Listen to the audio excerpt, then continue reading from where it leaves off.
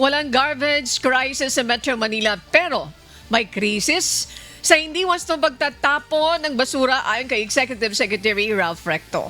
Base yan sa naging assessment ng pamahalaan matapos ang pulong ng mga pangunahing ahensya na kinatawan ng mga lokal na pamahalaan.